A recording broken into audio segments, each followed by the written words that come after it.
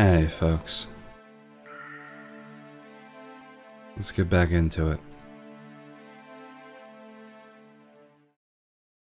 Until no one was standing but them. Conway weakly lowered his sword. Because he'd struck out so many times, his arm was numb. Reflected in his view were the dark, wet ground and the mountain of bodies. He was exhausted. Even when he tried to control it, emotions constantly flowed from the village cats. But now, there was nothing, not even hesitation or confusion. Conway had felt so much that he had gone numb.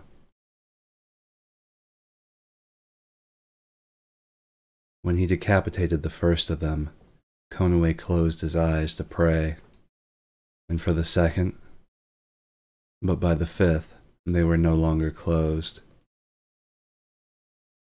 More exhausted than his body was his heart.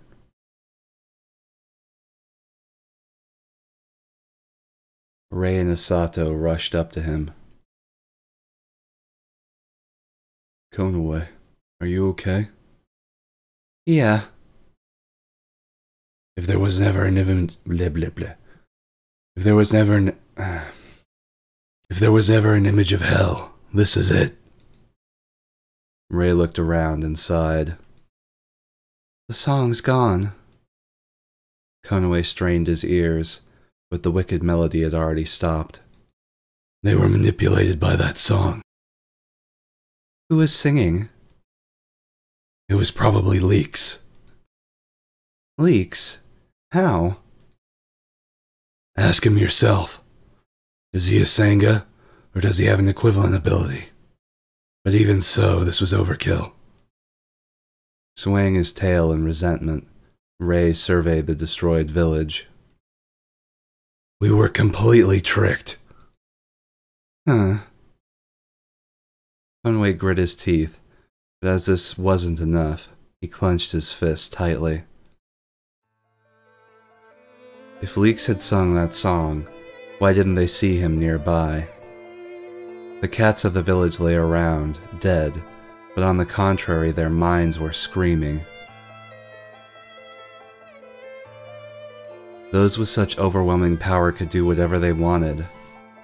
Maybe so, because the weak had no way to defend themselves. No matter what, all they could do was accept it. Conway remembered the day before he left Kauru, when he was told he would be a sacrifice, obey the laws, one's duty. He felt like something rose up inside him. Ray and Asato looked dubious. A black impulse seethed in the depths of his body. The core of his head vibrated irregularly, shaking in conjunction with his vision. The four-colored serpents throbbed within his body. Stop, Conway. Gripped by the shoulder, Conway snapped out of it. Asato's worried face was looming in front of him. Did something happen? He didn't understand it himself. I felt something was wrong. Are you okay? Yeah. Conway nodded absent-mindedly. Asato furrowed his brows and watched Conway. What is sleeping? Sleeping? Inside Conway. What is it? What was it? He didn't get it, but he did feel a sinister premonition. What's there? What's going on? He grasped Asato's shoulder. Oh. What's there? What's going on? He grasped Asato's shoulder. What did you feel? What's inside me, Asato? Conway. Hey! He looked back at Ray's voice. Look over there. Raising his eyes to what he was shown, Konaway was shocked. The mountain of corpses began to appear translucent. Before long, there were no traces of it, as if it was an illusion. The corpses vanished. No trace of the dark blood that stained the earth. Had he really sliced through flesh and shattered bone? When he looked at the village now, it was like he'd never done it at all. What was going on? His vision suddenly shook violently.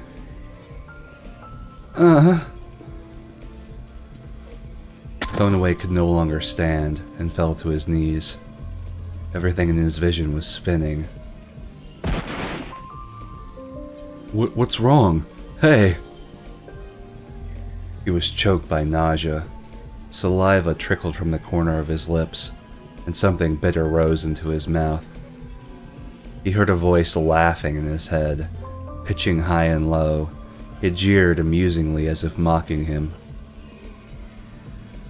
Red heat flickered behind his eyelids.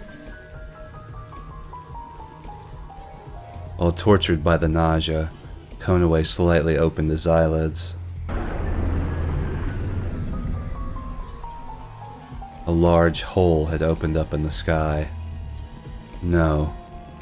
Was it distorted space? The hole rapidly swelled and gave birth to a black mass. The mass spread like a piece of cloth, forming a shadow.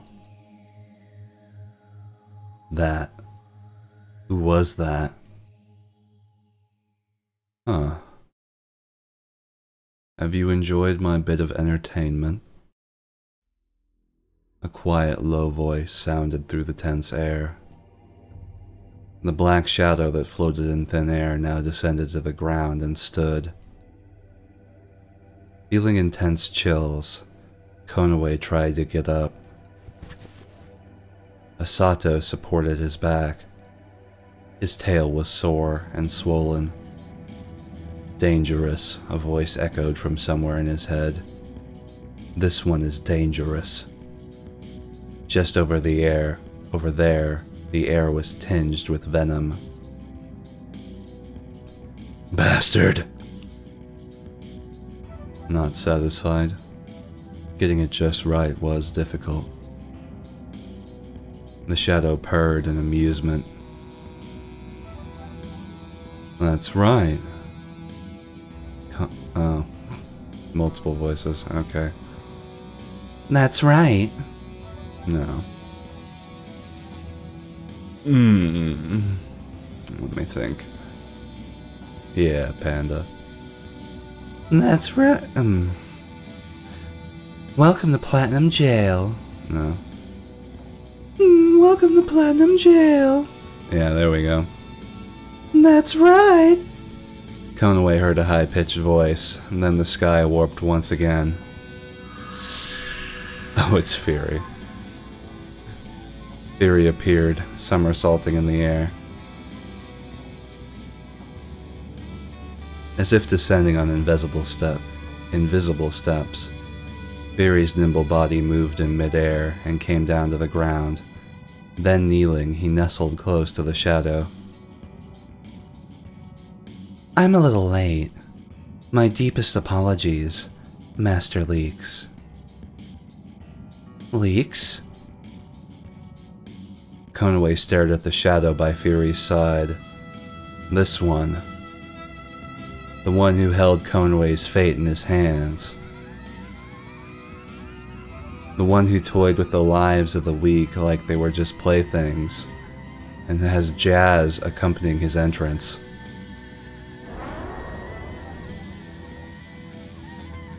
The magician known as the Child of Darkness, Leeks, and has a badass outfit.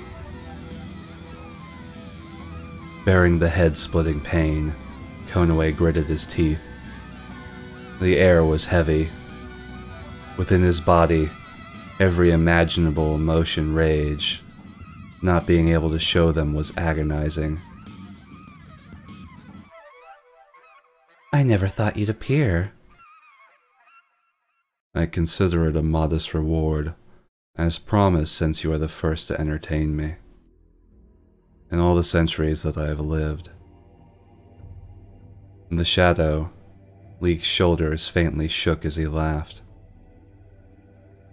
Fury clapped both hands together in front of his chest and jumped up and down in joy. I'm so glad. You're glad too, right? You've entertained Master Leeks. Why have you done this?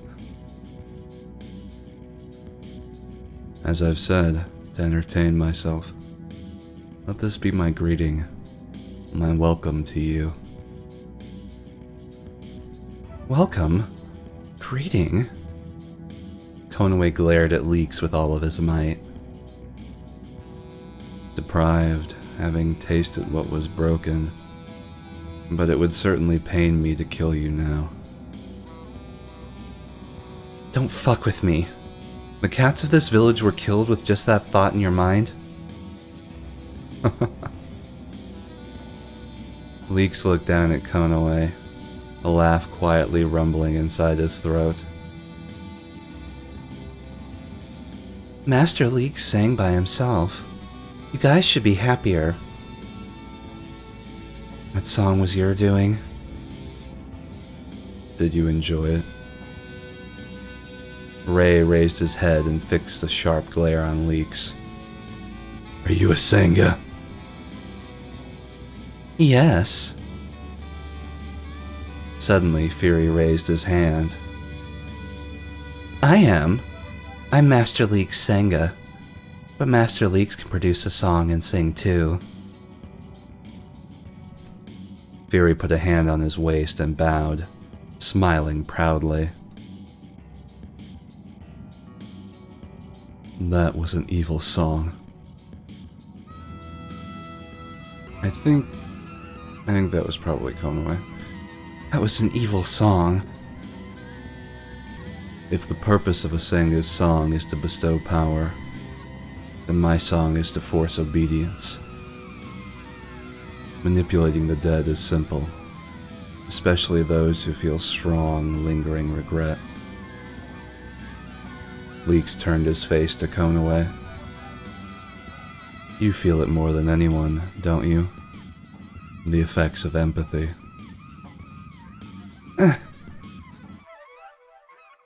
As if responding to Conway's shock, Leeks laughed. I know everything about you. What do you...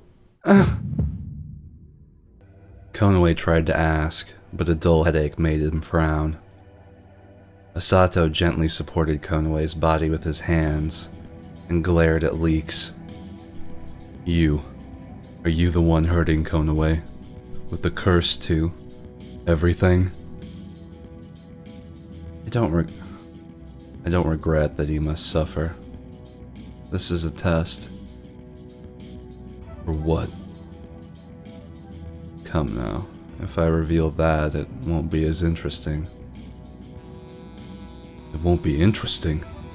Break the curse. Along with those words, Asato let out a low growl. Leeks slowly pointed to Conway. You hold the key. Can you pass safely through the turning point ahead? It all depends on you. Turning point. While an indistinct pain pierced his temples, Conway listened to Leeks' every word. The field of four colors. The door will open there. Leeks' jet-black body rose up. Running away! Ray thrust his longsword at Leeks. Although Ray seemed to have struck him, Leeks' body simply split into two. His departing body became thick fog, then gathered once again into a black globe. Tch! It's not yet time. Overlapping voices and laughter resounded. That's too bad. Later. Losers. With a high leap, Fury somersaulted and vanished. Wait! Ray began to run after the floating, shadowy orb. The orb disappeared in the depths of the village, to where Konaway was going, north towards the forest. Enduring the pain in his body, Konaway pursued it with a Sato.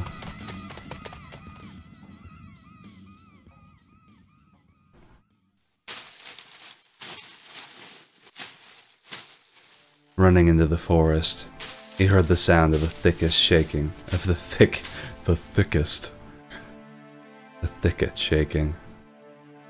Whether it was Ray standing there, or someone else, he couldn't judge, even with his ears clear. Where were Leeks and Ray? Let's split up and search. Is your body okay? Yeah. His body was still tortured with pain, but he had no time to worry about that.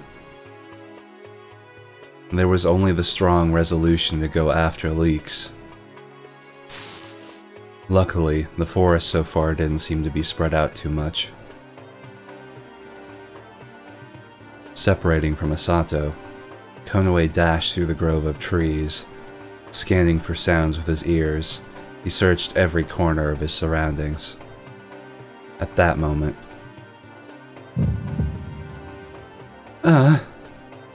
suddenly his heart pulsed loudly, and before his eyes was pitch darkness. As if swallowed up by the darkness, he was not able to see anything. There was slight buzzing in his ears, and suddenly he felt a wind near them. No, not a wind. A sigh. Huh. How about a test of endurance? Konaway. Just you and me. Directly through his head ran a whispering voice. Leeks.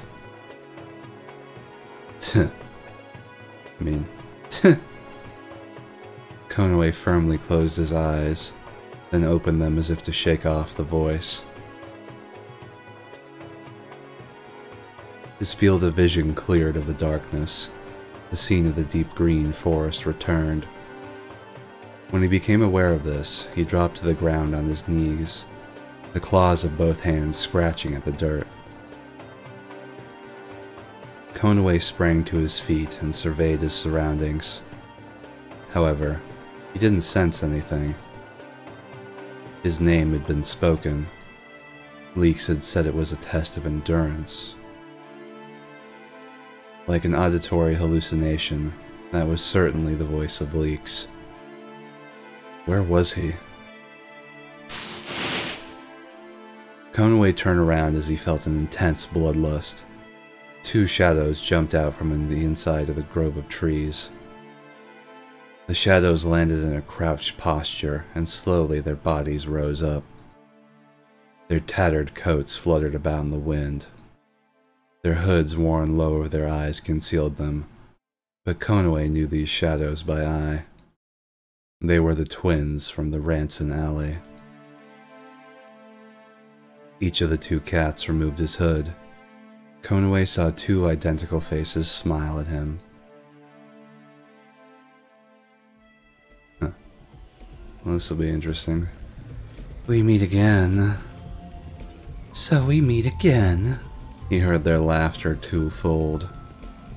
Konaway stared at the two and asked as he gripped.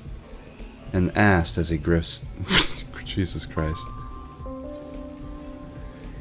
Konaway stared at the two and asked as he gripped his sword. Okay. Gripped his sword with both hands. I'm having a day, apparently. Why are you two here? Why, indeed. Indeed. Exchanging a glance, the two cats turned their gazes to Konaway at the same time. Because it's Master Leek's orders. Make our job easy, why don't you? These guys were Leek's underlings as well. With the foreboding of a battle, Conway felt irritation. The other party was a Sangha and a Toga. There was no way he could fight them by himself. To make matters worse, even now, the unidentifiable pain in his body continued. It would be hopeless to oppose them now. You're by yourself today. Where's that silver guy? You'll do this by yourself. Shall we kill him? Throwing these amused words, Kill took out his sword and Yui hoisted up one arm. This couldn't be happening. Conway didn't want to turn his back. His feelings decided. He prepared his sword. Inside his head, even now, a sharp pain pounded. Yui's claws ran over the reddish-brown wounds smeared all over his arm. They were the same from that time they had fought in that alley, and a blood melody began. The thicket to Conway's immediate side shook with a rustling sound. Oh, well, this is pretty cut and dry.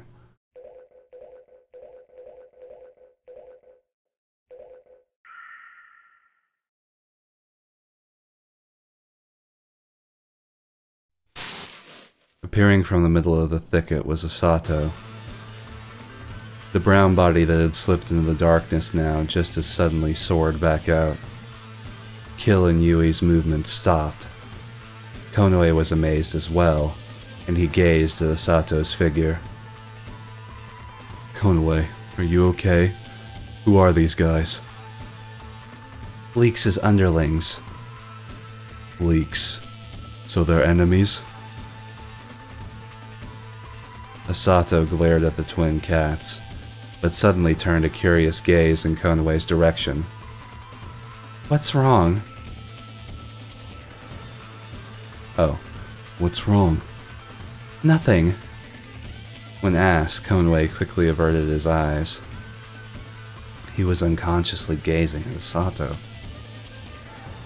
Was he relieved that Asato appeared? Actually, he felt that Asato was reliable. As Konoe drowned out these deplorable thoughts, the enemy assembled before his eyes. Who's this? A new toga? Let's do it quickly. Let's do it. The twins' amused voices became gleeful. Asato, I'll sing, you fight. Sing? Asato opened his eyes wide in surprise and fell silent. What's wrong? When asked, Asato perked up his ears and gave a small laugh. This is the first time, uniting with the Sangha. If Konoe sings for me, I cannot lose. At this response, Konoe felt horribly embarrassed. Come on, just face forward. At Konoe's brusque tone of voice, Asato obeyed in delight. Pulling himself together, Konoe now wondered how he would sing. Could he do it by himself?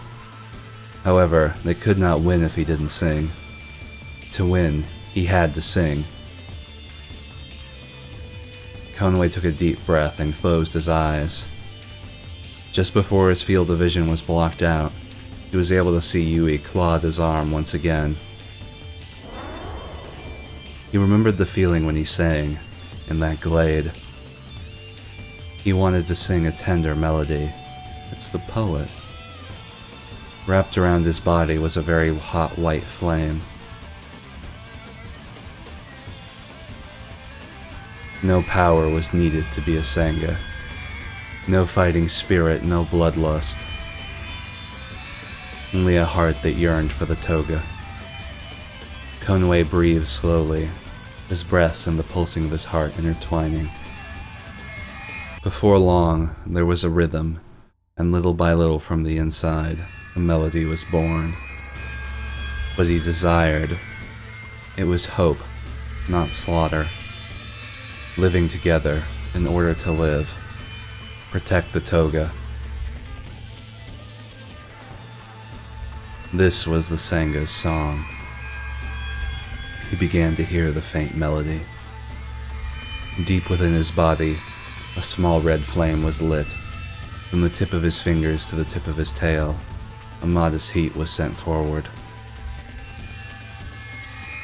Then, a light emitted from the body became slender bundles of several threads and flowed into his toga. Asato. Konoe hazily opened his eyes.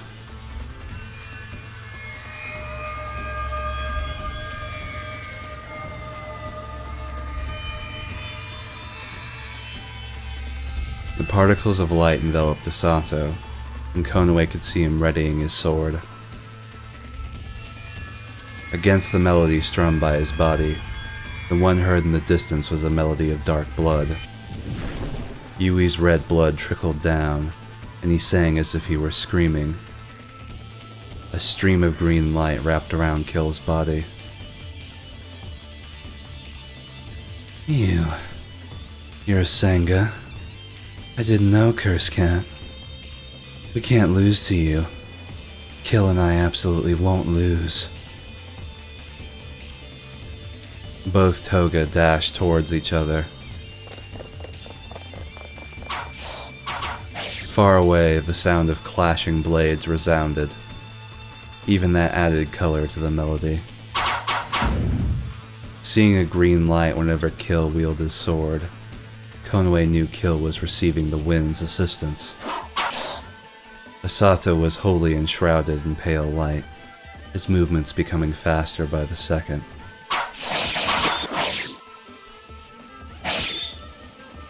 Taking a low stance, Asato leapt towards Kill and swung his large sword with both hands. Treading a wind sprung forth by his feet, Kill immediately jumped back. Like a monster's, Asato's low growling voice resounded. He bared his sharp fangs, a dark light of bloodthirst residing in his pupils. Kicking off from a tree trunk, Kill leapt forward once more. This attack was repelled by Asato's sword and directed behind him. The spark produced flashing brightly. Kill revolved in midair and landed on the ground. Asato dashed, swinging his sword up, aiming the instant Kill left an opening. The tip of the sword touched Kill's abdomen for an instant, but the wind gushing forth became a shield and blocked Asato's attack. As Asato took these attacks, shocks reverberated through Konoe as well. The Sanga and the toga actually felt it as if they were one body. If the connection between their hearts grew deeper, would he feel it even more? The pain of the toga was the pain of the Sanga. He's pretty able, your Sanga. In spite of being a cursed cat, he does quite well. But Yui will not lose. Kill shouted to them and laughed. Suddenly, Yui produced a changed melody. When he looked, Konoe saw that Yui's arm was so stained with red, it was hard to know what skin still remained. Yui's expression turned from ecstasy to agony. I'll bestow it, my blood resonating of screams in pain. Now, my beloved toga. Yui created more wounds on his arm, singing while he tore at himself. Kill's movements appeared to receive even more protection from the wind. and Asato began to be pressed back little by little. The strength of Asenga's thoughts was to grant power to the toga. Winds invisible to the eye, produced by Kill's swinging sword, swooped down on Asato.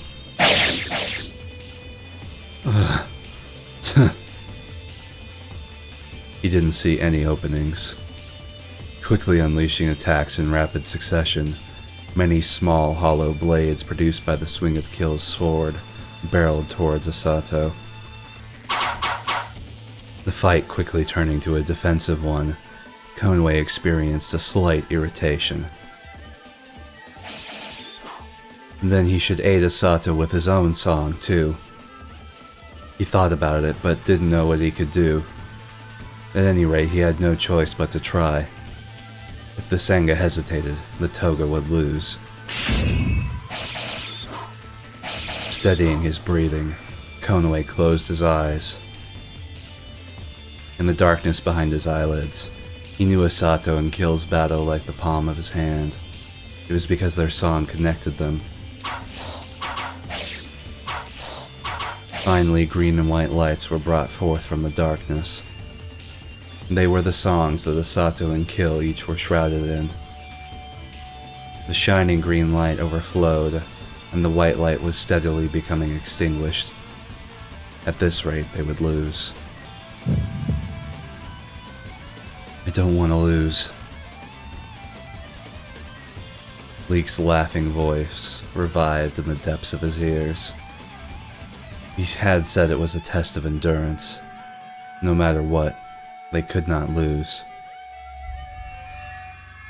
Again, the white flame rose from inside Konoe's body.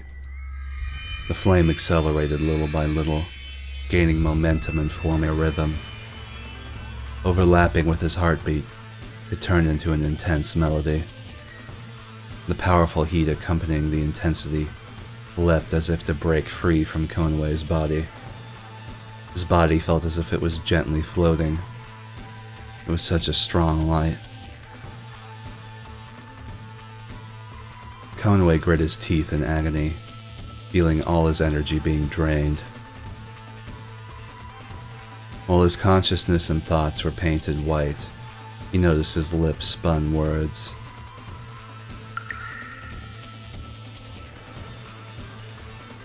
Konoe hazily opened his eyes.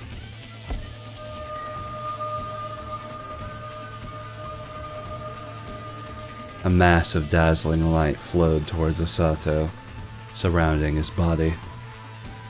Remarkably strong light dwelled in the sword Asato wielded.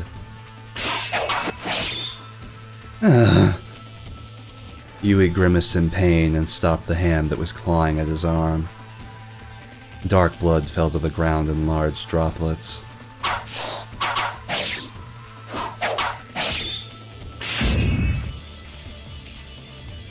When Asato and Kill clashed, their swords crossed, a light overflowed with an intense sound.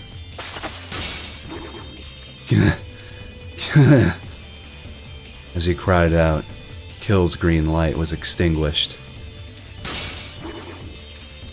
Asato's sword was twice as powerful now. Kill's sword was easily sent flying from his hand. Damn it. Kill. To destroy the toga, aim for the Sangha.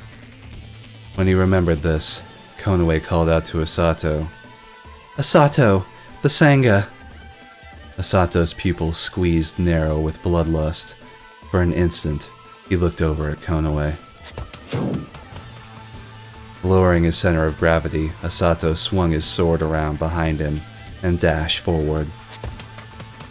His target was the Sangha, Yui. Yui. Asato let... Oh. Asato.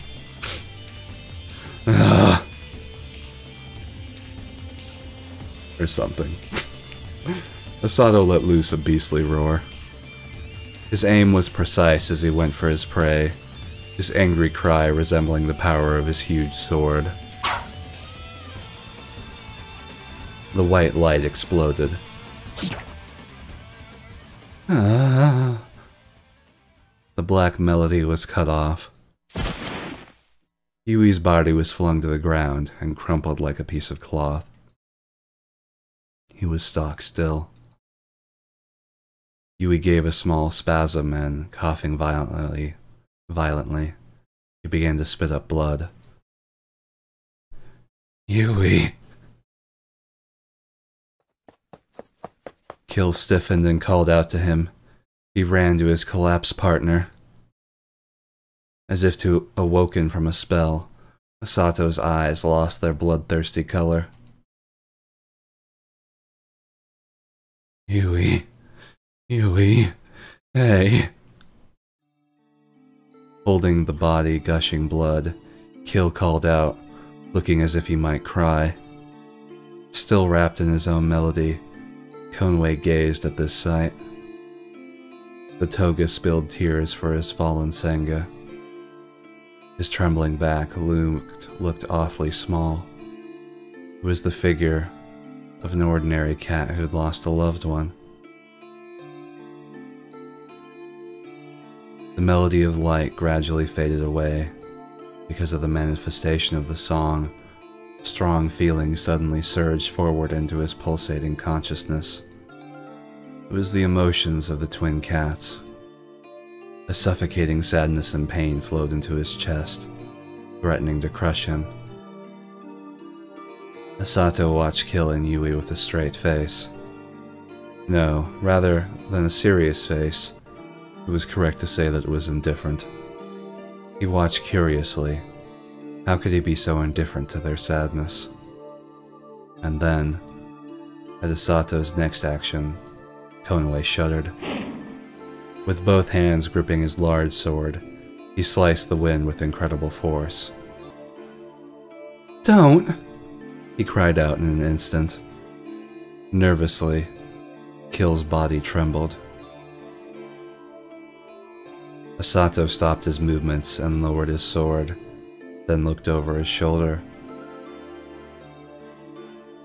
Those eyes made Konway's fur stand on end. Why can't I? If the Sanga's been defeated, you don't need to fight the Toga. It's the same as conceding defeat. The defeated doesn't need to be chased any further.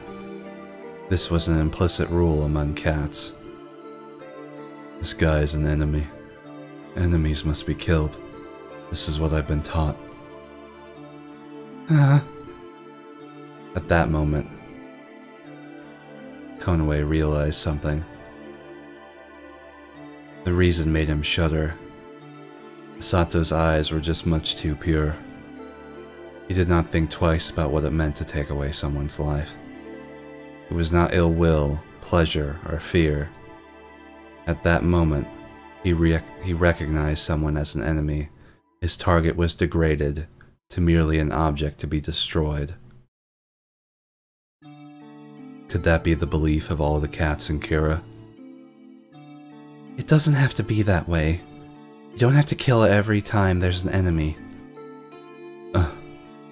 But you have to kill the enemy. Asato. As Konway was about to continue his words, the thicket beside them suddenly swayed, so he held his tongue. When he turned his gaze, he was surprised. Ray had appeared. Waiting for the moment Konway and Asato were distracted, Kill finally made his move.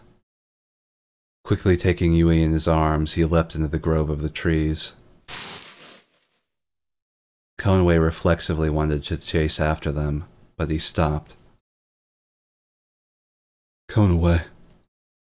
Asato turned towards him with a pleading gaze, but Konway shook his head. Those twin cats! Did you bring them down? Only the Sangha. What about Leeks? Lost sight of him. Briefly murmuring this, Ray swayed his tail widely.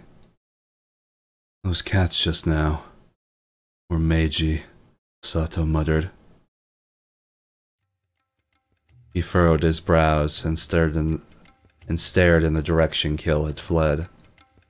Meiji, a clan of sorcery that had a bad relationship with Kira. Meiji. They're demon worshippers. Why are they under Leek's command? It's a story from long ago. They have changed their religion's object of worship. For what reasons I don't know. But lately their movements changed a little too. They haven't gone out other than to fight with Kira. Like this. Asato's eyes shone with a complex color as he glanced to the grove where Kill disappeared. Wherever the cats are from, it doesn't change the fact they're Leek's minions. I have a bad feeling. As his ears flattened, Asato's expression clouded over. Then, Konoway's vision suddenly blurred strangely.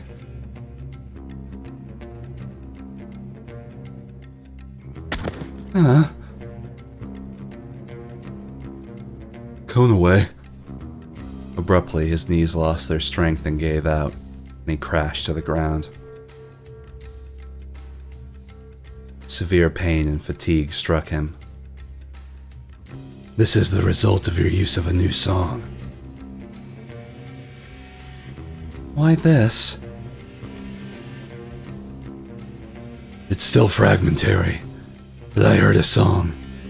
It may be because we've paired up before. Damn. Every time. Every time something happened, there was pain in his body. It was so troublesome.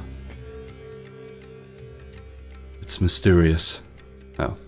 It's mysterious. This feeling, halfway through the mood of this... Oh, I was right the first time. It's mysterious. This feeling. Halfway through, the mood of the song changed, and from there, I felt a light flow through my sword, into all corners of my body. What song was it? Regarding the Sangha song, how about asking someone like the Chief Sangha in Ranson? The Chief Sangha? From generation to generation, the Sangha chosen from a particular clan stays by the Lord to protect them. Sometimes they're entrusted with decisions that affect our country's fate, so they're a pretty significant presence. A lineage of Sangha, something like that exists? There are Sangha who try to harness their power through training and force. Compared to a genuine Sangha, they're insignificant. Ray crossed his arms and sighed. After a song with just one melody, you're in that kind of sorry state? How pitiful. Well, then you sing. Impossible. I'm a toga. I was able to win because of Konoway's song. The squatting Konoway crouched with his face looking through his knees, as if he was bothered, so Asato glared at Ray. It's an amazing power. Konoway is amazing, more than you by far. Strongly asserting this, Asato purred and rubbed his head against Konoway's shoulder. Cat boys. Ray's cold gaze intensified. Hey, that tickles. Want to return to Ranson? Why? You're a top-notch animal trainer. Why you? While Konoway glared at Ray in return, there was a touch of insecurity in a corner of his heart. Asato with those genuinely innocent eyes. However, an enemy was to be annihilated. This was certain. He felt he could understand just a little bit why Asato emitted such an intense bloodlust during battle. With these complicated thoughts, Konoway looked at the black cat snuggling against his shoulder